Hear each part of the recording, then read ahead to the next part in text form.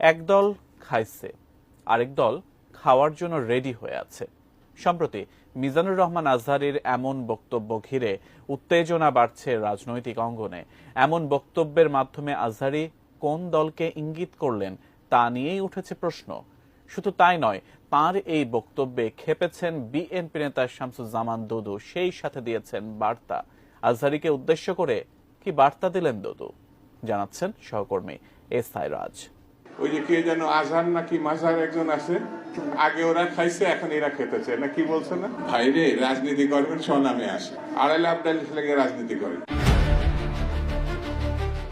গত ৩ জানুয়ারি যশোরের একটি মাহফিলে যোগ দিয়ে দেশের জনপ্রিয় ইসলামী বক্তা ডক্টর মিজানুর রহমান আজহারী বলেন, স্বাধীনতার পর থেকে শুধু শাসকের হাত বদল হয়েছে, আমরা কিছু পাইনি। একদল খাইছে, আরেক দল খাওয়ার জন্য রেডি হয়ে আছে। স্বাধীনতার পর থেকে শুধু শাসকের হাত বদল হয়েছে, আমরা কিছু পাই নাই, ঠিক কিনা বলেন? শুধু ওনাদের দোষ দিয়ে কি লাভ? একদল খাইছে, আরেক দল খাওয়ার জন্য রেডি হয়ে আছে। কোরআন থেকে প্রেসক্রিপশন না নিলে সমাজ সুন্দর হবে না। কোরআনের প্রেসক্রিপশন না মানলে রাষ্ট্র সুন্দর হবে না। কোরআনের প্রেসক্রিপশন অ্যাপ্লাই না করলে শুধু দুর্নীতি দমন কমিশন দিয়ে দুর্নীতি বন্ধ করা যাবে না। ব্রেকফাস্ট, টিফিন কিংবা স্ন্যাক টাইমে মজাদার আয়োজন মানে অল টাইম ব্রেড।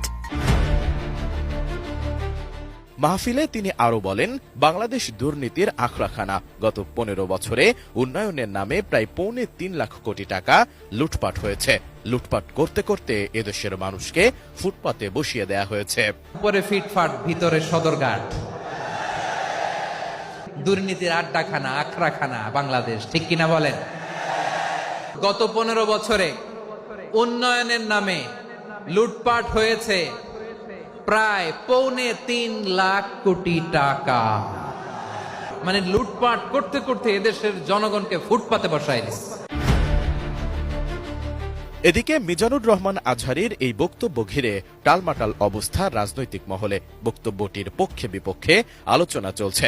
ভক্তরা বলছেন, স্পেসিফিক কোনো দল নয়, বরং বাস্তবতাই তুলে ধরেছেন আজহারী।